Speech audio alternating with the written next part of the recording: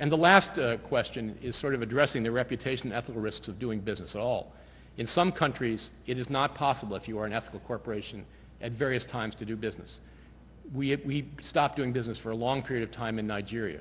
We pulled out of Russia. We don't do business. We didn't do business in Burma. This is one of the hardest and most profound questions, and it's that a global company, can face.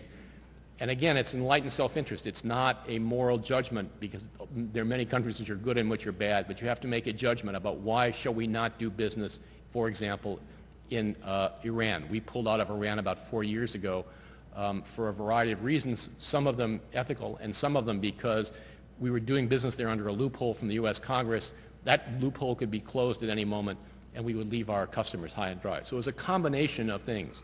But these early warning systems, this other principle is really important. There's 6 other principles. I don't have time to talk about them, but I'm trying to write a very practical book about why fusing high performance is so important and then how to do it. Let me just end, I guess, in the limited time I've got, just to mention that there were the book also addressed, in addition to the why and the how, it does talk about emerging markets and talks about a series of tough problems, including emerging markets. And there, I think the most difficult task is that you have to adapt your culture or change the cultural thinking of the employees that you hire. Education and training, leadership here is critically important. GE had approximately, when I left, which was in the end of 2005, 14,000 employees in China.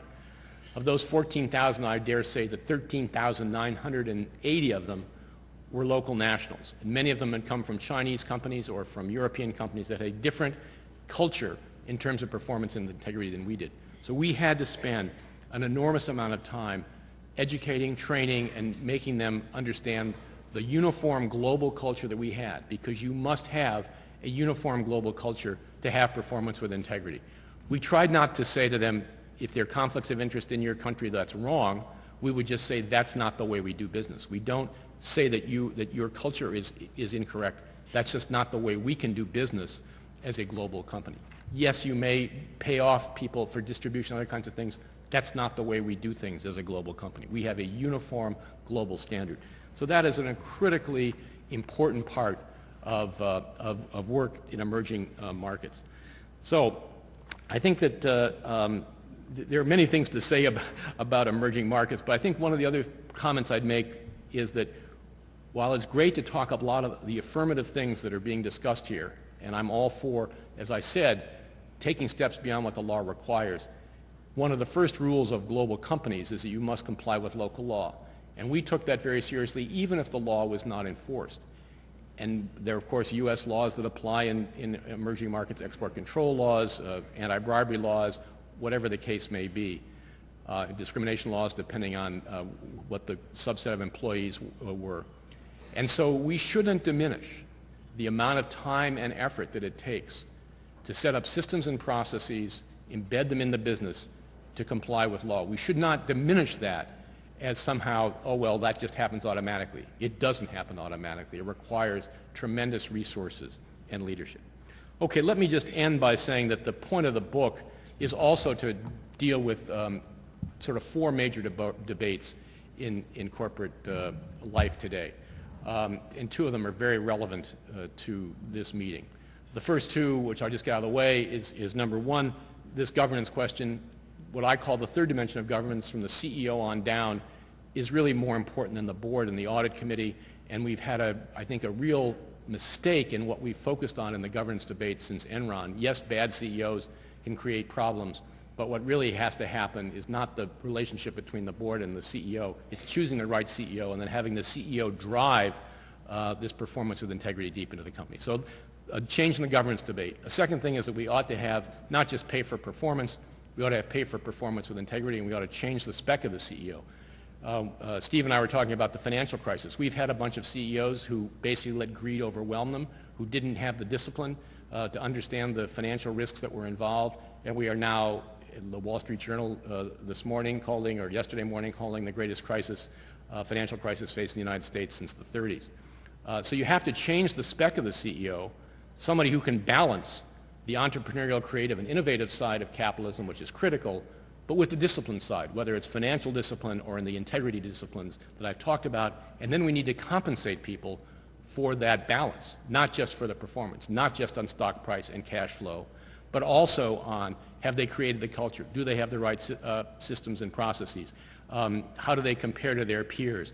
What kinds of goals and objectives in this area can we set for them that they must accomplish in any particular year? So those are two of the debates. The two debates that are really relevant here are, number one, business ethics. And as I tried to say, global ethics, as I tried to say a moment ago, to me that is a very business-oriented, business-based decision with its own kind of cost-benefit calculation. It is not pie in the sky.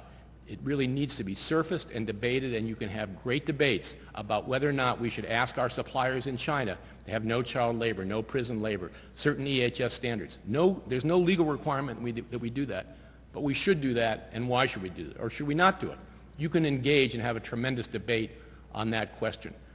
So I want to really submit to you that this book argues about how to think about global ethics for a great corporate citizen. And then the last issue, which is exactly on this point of this conference, is what does citizenship mean? I'm not a fan, and I gather this was part of the discussion or has been part of the discussion this morning and will be for the rest of the meeting, I'm not a particular fan of the phrase corporate social responsibility.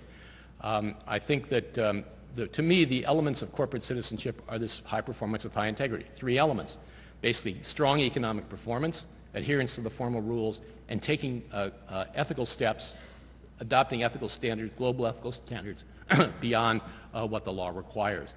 And I'm putting philanthropy aside because at the end of the day, that's not going to, it's going to be nice, it's going to be symbolic, it's going to be good for your reputation, but you're never going to be able to do enough to make a huge difference in problems. You're going to make more of a difference doing something like GE does in adopting an eco-imagination initiative where we're going to invest up to $1.5 billion in new technologies by 2012 to basically reduce greenhouse gases. And it's a business initiative, but it's also doing something that is of great use. Or doing something like global sourcing, where we basically, because we're so desirable as a customer for suppliers, that if they have poor EHS performance and we say we're not going to hire you, we'll come back in a year and they will have changed their EHS performance.